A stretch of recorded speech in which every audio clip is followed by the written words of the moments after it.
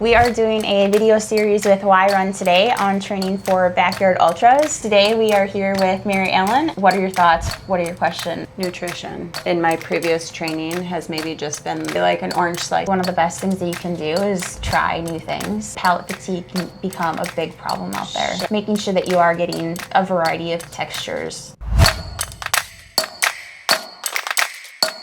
And then the third thing that we talked about, I'm trying to remember. Oh, sleep deprivation. Sleep. Yes. Yeah. And like night running and all of that. Yeah. I have done quite a bit of night running. I've done I've done different formats for Ragnar, like the trail Ragnar, and also the road Ragnar with little sleep. Yep. And I've just realized like the attacks, like the spiritual attacks when I'm super tired, it just plays with your mind. And so the last time I did a trail Ragnar, I really was feeling that. Mm-hmm. And I was like, never again. I'm never going to do this again. I need sleep. Well, here I am. What? You're not doing Ragnar again. I know. This is true. So yeah.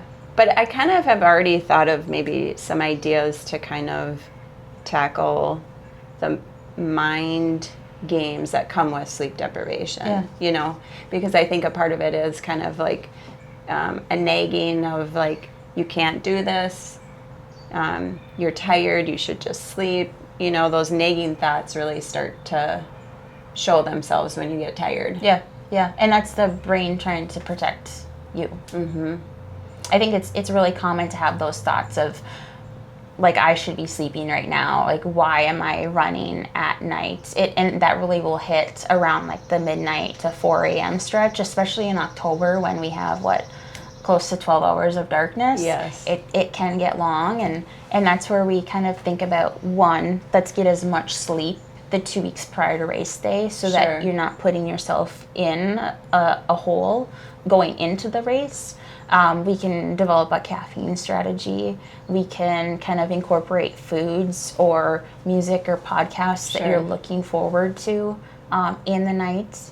Running with people and like pairing up with people running through the night is also really helpful because then you're not alone, and you have someone to talk with or just at least run with and know that like, okay, we're doing this together. I feel like that's always beneficial. Like if you go out for a run by yourself in the night, it's like your brain starts talking, right? Like you start hearing the coyotes and you're like, okay, like we do live kind of by bear territory and the wolves and everything are coming down more. So your brain gets loud. But if you're running with someone else, I never really have those thoughts when I'm with someone else. So I'm just kind of like thinking through those situations too and putting yourself in those situations during training to see like, okay, what am I actually going to feel and think in this situation? And then coming back to having this discussion of, okay, what can we do about this for race day so that it's not necessarily a problem? Yeah.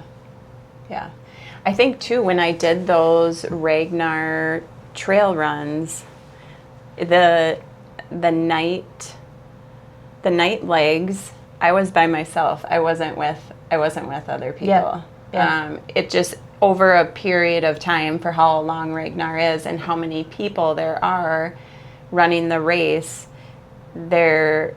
it's just, it gets so spread out by nighttime that you're just not really around people. You are most likely running by yourself at that point. So and it's point to point too, right? Like it's unfamiliar ground. Yes. Yeah, the road ones are. And that's one of the benefits of the backyard is like you can make that course your home. That's true. And you have from 8 a.m. until the sun sets around 6, 7 p.m. to really like figure out where some kind of landmarks are so that you know in the night, like, okay, like there's going to be this big tree coming up or we're going to turn in a minute or so, or next is going to be this cliff face, and you're going to get more familiar with where you're running. And that also helps too with knowing that you're not alone out there and you actually know where you are at the same time. Yeah, that's a good point.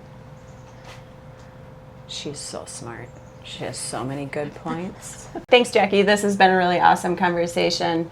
And it's just been super helpful to talk about three of the things. I think there's many more, but three things that I've just had concerns and questions about. So thanks, I appreciate it. Yeah, absolutely.